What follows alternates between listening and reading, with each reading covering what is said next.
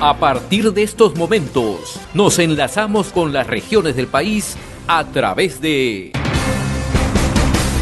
Conexión Perú. Te informamos y te acercamos al Perú. Al doctor Ángel Delgado Silva, destacado jurista, abogado constitucionalista, justamente para analizar, ¿no?, nuevamente esta solicitud presentada por el presidente del Consejo, ministro Aníbal Torres Vázquez, ¿no?, solicitando cuestión de confianza ante el Parlamento Nacional, pese a que el titular del Parlamento en la víspera indicó que su solicitud no resulta atendible. Doctor Ángel Delgado, qué gusto saludarlo. Gracias por atender esta comunicación, muy amable. Muy buenas tardes, muy agradecido por la entrevista. Gran saludo a todos ustedes en la producción del programa y a todos los amigos que nos están escuchando en los diferentes rincones de la República. Muchas gracias. ¿Cómo interpretar esta nueva insistencia de parte de la presidencia del Consejo de Ministros volver a solicitar una cuestión de confianza, pese a que ayer el titular del Congreso, José William Zapata, indicó que dicha solicitud no resulta atendible? ¿Qué ha cambiado? No, en realidad creo que hay que situar las cosas en su nivel exacto y decir que no se ha presentado una nueva cuestión de confianza por un nuevo tema, ni mucho menos. La carta del presidente del Consejo de Ministros en respuesta a la misiva de ayer del presidente del Congreso, que efectivamente diciendo que no era atendible, que no era procedente el pedido, ha sido respondida con una carta donde le dice, el tema de la cuestión de confianza solamente no se plantea a través de cartas, sino se hace a través de un procedimiento que implica ir al Congreso, plantear el asunto y terminar solicitando la cuestión de confianza para el proyecto, para la ley, para la política que se quiere impulsar. Entonces eso no se ha hecho. Entonces le dice, yo no acepto que esto acabe con una carta. Nosotros vamos a insistir en ir al Congreso a presentar, a fundamentar el proyecto correspondiente y al final del mismo solicitar la cuestión de confianza. En realidad, la carta del presidente del Consejo de Ministros original es un anuncio de lo que va a hacer. No es exactamente la presentación de la confianza, ¿no? Esta se presenta luego después de que el presidente del Consejo de Ministros concurre al Pleno del Congreso, hace la fundamentación del proyecto sobre el cual va a ser cuestión de confianza y termina su alocución planteando sobre el mismo una cuestión de confianza en el caso de no ser aprobada. ¿Te das cuenta? De eso se trata. Eso no se ha producido y lo que le está diciendo es, yo espero que se siga el trámite correspondiente y doy por lo que tú dices en esa carta, no es importante. Lo importante es el procedimiento que hay que seguir y efectivamente no le falta razón a todos al decir que la cuestión de confianza únicamente se presenta de acuerdo al reglamento del Congreso en el curso de una sesión del Pleno, donde él primero fundamenta y termina planteando la cuestión de confianza. O sea, eso no se ha dicho. La carta es un anuncio de lo que se va a hacer, de algo que está por hacerse todavía. No sé si ha sido claro. ¿Y ello qué significa? ¿Que deberá presentarse el presidente del Consejo de Ministros ante el Pleno? Claro, él quería presentarse, el día de hoy no ha habido sesión de Consejo, pero no ha habido sesión del Congreso, entre otras cosas también por la marcha. Lo que tiene que quedar claro es una fecha que tiene que dar el Congreso para que él pueda presentar la cuestión de confianza, y ahí ya en el debate se le dirá pues lo que corresponde, si se acepta, no se acepta y por qué no se acepta. ¿Te das cuenta? Entonces el procedimiento en sí no se ha iniciado todavía. Acuérdate tú el esfuerzo que hizo el primer ministro de la época de Vizcarra, del Solar, ¿no? Intentando como loco abrir las puertas del Congreso. Algunos congresistas del gobierno le abrieron la puerta, le cedieron la palabra y presentó la cuestión de confianza rápidamente y se fue. ¿Te das cuenta? Ese es el procedimiento que todavía no se ha producido para que efectivamente se pueda dar dado por presentada la cuestión de confianza. El hecho que la carta no es más que un anuncio de lo que se va a hacer, le está pidiendo en última instancia que fije una sesión del Pleno del Congreso para ir a sustentar el proyecto de ley y terminar el pedido con una cuestión de confianza. Eso todavía no se ha producido. Se hubiera podido producir quizás el día de hoy de haberse dado el pleno, pero como no ha habido pleno, se va a diferir para la próxima semana. En el fondo, ¿qué es lo que busca el gobierno desde su punto de vista, doctor Ángel Delgado? Bueno, esa es la pregunta de fondo. Pues porque yo la verdad coincido con todos los constitucionalistas de que esta es una cuestión de confianza súper endeble, no tiene fundamento. Mira, se está basando en un proyecto de ley que fue presentado en el mes de abril, o sea, ¿cuánto? Hace 7 meses aproximadamente, y recién se han acordado de que eso está pendiente, ¿no? Si hubiera sido un tema urgente, bueno, la cuestión de confianza lo hubieran presentado pues a la semana siguiente, ¿no? Pero han dejado pasar 7 meses hasta el día de hoy, y lo están haciendo además en un contexto cuando ya estamos a puertas de la venida de la Comisión Especial de la OEA, ¿te das cuenta? Entonces no parece muy lógico que se quiera, digamos, producir una especie de batalla final con cuestión de confianza y cierre de Congreso, como muchos editoriales y como la página de los periódicos, los titulares de las noticias lo han venido diciendo. Yo francamente no creo que esa sea la estrategia, creo que es una gran simulación del gobierno, es un amague en cierto sentido, pero para producir otra cosa. Yo soy de los que creo de que independientemente del debate jurídico, aquí hay un objetivo político que es claro y consiste en recibir a la OEA con un ambiente de tensión muy fuerte sobre temas que, a juicio del gobierno, son las razones para explicar la crisis política presente.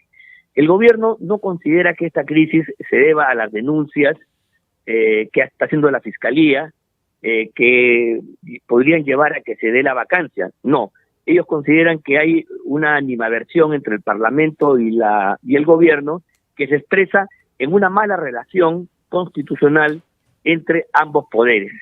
Y esto se debería, en todo caso, a la existencia de unas herramientas que han sido desnaturalizadas o usadas indebidamente, primero la cuestión de confianza a cargo del presidente, y citan como antecedente lo que hizo el lagarto Vizcarra, que efectivamente usó la cuestión de confianza como una especie de cuchillo para amenazar al Congreso de la República con cerrarlo, y efectivamente ese fue el camino para el cierre del Congreso más adelante, al año siguiente.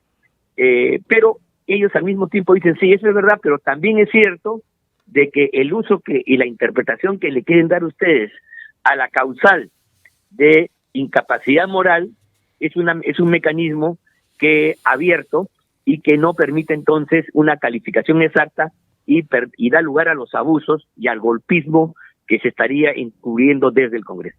Entonces, ¿cuál es la solución que proponen ellos? Hacer un esfuerzo de concertación, de acuerdos, para modificar tanto la cuestión de confianza como la incapacidad moral como causal de vacancia, de modo tal que pierdan alcance, que reduzcan su contenido, que se morigeren y que no sean pues herramientas que se puedan usar como armas arrojadizas por uno y otro lado. En otras palabras, lo que ellos están planteando para que se produzca la paz social y la democracia no se ponga en tensión ni en peligro es que los actores políticos, los poderes de Estado, sean desarmados en las herramientas para poder liquidar uno al otro y viceversa. ¿Te das cuenta? Esa es la propuesta que tiene el gobierno. Eso es lo que yo creo que lo va a plantearlo con fuerza en las discusiones de la OEA, va a introducir esa agenda al debate, a la discusión. Ese es el punto de vista, y entonces lo que está haciendo es una escenografía generando un nivel de tensión, de llamamiento, que por supuesto ya cumplió su papel de haber borrado todo lo anterior, inclusive las malas relaciones del señor Torres con la prensa, con las periodistas, ¿no? Que ya hemos visto hace poco. Eso ya pasó a otra manera, y ahora estamos discutiendo si se quiere o no se quiere cerrar el Congreso, la cuestión de confianza, etcétera, etcétera. Pero yo quiero salir del debate jurídico y que entendamos, los amigos que nos están escuchando en todo el país, de que aquí hay un juego político.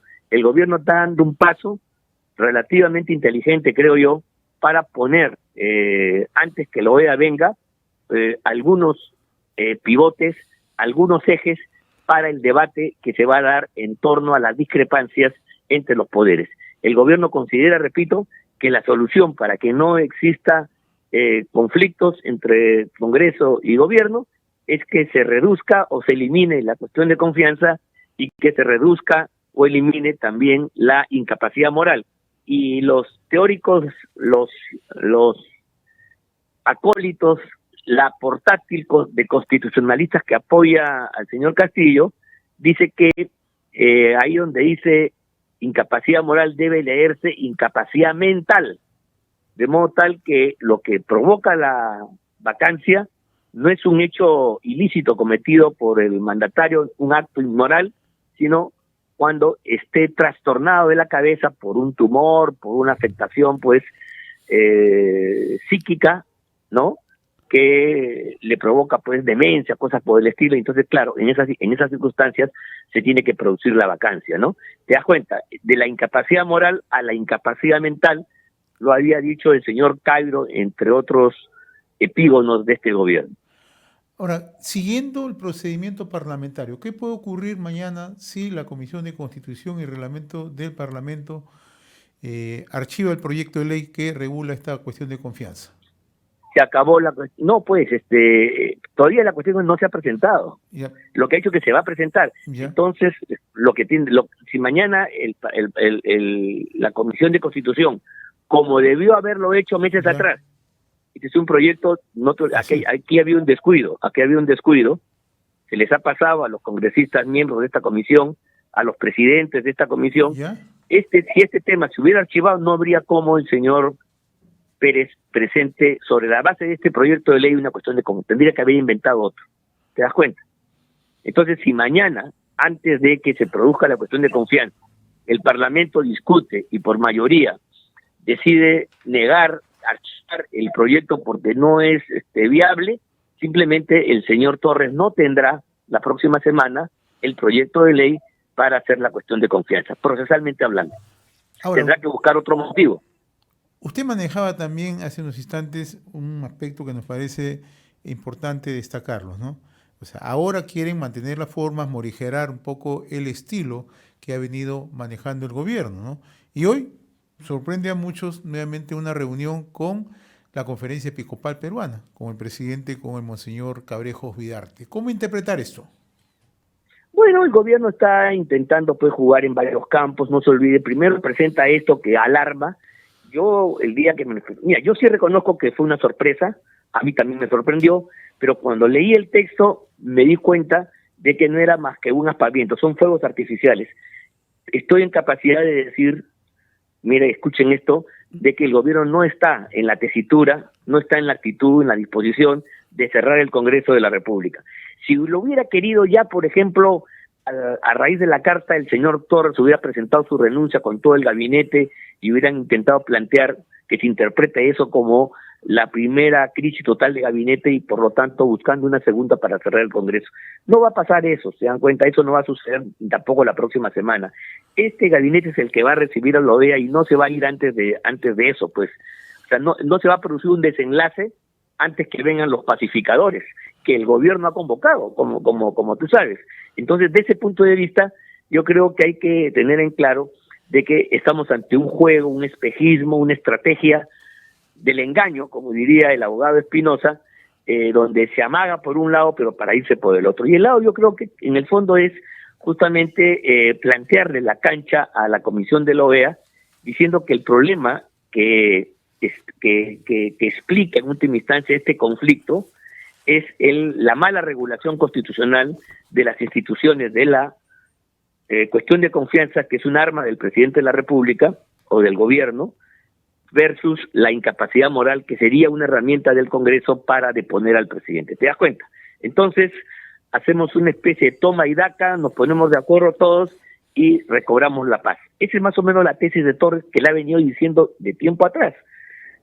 Por eso, cuando él hace esto, está pensando en sus antecedentes, pero lo habían dejado ahí atrás porque el conflicto político había seguido por otro lado. Por eso sorprende, y sorprende sobre todo porque la próxima semana viene la OEA, ¿te das cuenta?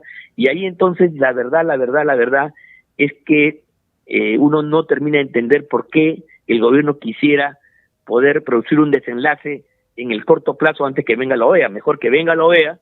Si el gobierno ha querido que venga la OEA y apoyarse en la OEA para fortalecerse, no va a dar una batalla aparentemente final, no va a pasar a una fase de agresión, a una fase de ofensiva cuando viene la OEA. No resulta muy lógico. Y sobre todo cuando lo está haciendo sobre un supuesto jurídico sumamente endeble que ha sido rechazado por todos los constitucionalistas, al cual yo me sumo, por cierto. O sea, él ha podido tener mejores argumentos para presentar una cuestión de confianza por un tema diferente y no porque se derogue una ley que, por cierto, es parte de la materia de las competencias del Congreso, no del gobierno. En fin, una necedad. Pero creo que el gobierno está jugando pues para generar ilusiones, fantasmas por un lado, y el curso de las cosas va por otro. Y por otro lado hay que ver, hoy se lleva a cabo una marcha que más allá del número, el gobierno empieza a ganar presencia en las calles. Sería la primera marcha importante, porque hasta ahora el gobierno no ha podido hacer ninguna marcha significativa, no para tomar ni tampoco para cerrar el Congreso, pero sí para hacer una demostración de fuerza que equipare a la que hace la oposición cuando salen a sus diferentes marchas.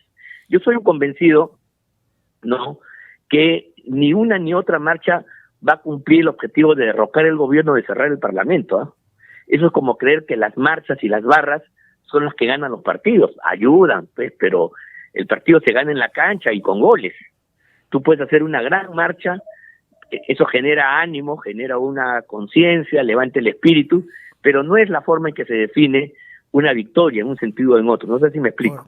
Entonces, mucho cuidado. Las marchas, esta marcha es como la marcha del día 5, no importa cuál tiene más, es el secundario, ¿no? Pero es una coreografía que se le añade a un ambiente político ya caldeado. No es que la marcha va a definir el cierre del Congreso, y por eso me parece excesivo el que no se haya llevado a cabo la sesión por temor a qué cosa va a pasar, y se han hecho defensas como un búnker con barreras, porque tampoco, pues, y si eso hubiera pasado, mira tú, yo en la figura de la oposición y los directivos del Congreso hubiera dejado que pase. Qué mejor presentación cuando viene la OEA que una turba quemando el Congreso. Puta, yo le abriría la puerta para que queme el Congreso. Quema, pues, le digo. ¿Y quién tendría la culpa de eso si no el gobierno? Y el mensaje estaría clarísimo, ¿te das cuenta?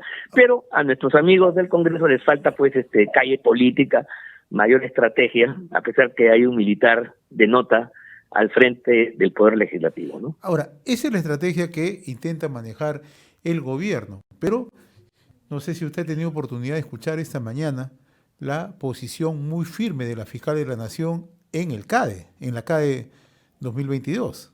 No, ¿qué cosa dijo exactamente? No, ella ha vuelto a ratificar, ¿no?, que no va a ceder respecto a las investigaciones que se lleva adelante. Bueno, entonces, está en su función, por supuesto. Entonces, eso es un elemento que probablemente el gobierno debería ponerle más atención que al lado político, porque en realidad... Es verdad. En realidad, porque la OEA, si va a venir al Perú, necesariamente va a tener que conversar con la Fiscalía. Cierto, pero hay una cosa que también es verdad, que la actividad de la Fiscalía, que está en su competencia, y hay que saludar la gallardía, la fuerza de la señora fiscal, tiene límites. O sea, la Fiscalía no puede trascender el marco constitucional, y ella ya no puede seguir llevando a cabo la investigación si es que el Congreso primero no le levanta el fuero, es decir, lo acusa constitucionalmente al señor Castillo, y eso parece un imposible, porque eso implicaría violentar el artículo 117 de la Constitución, y eso ya no depende de la Fiscalía, sino depende otra vez del Parlamento, ¿te das cuenta?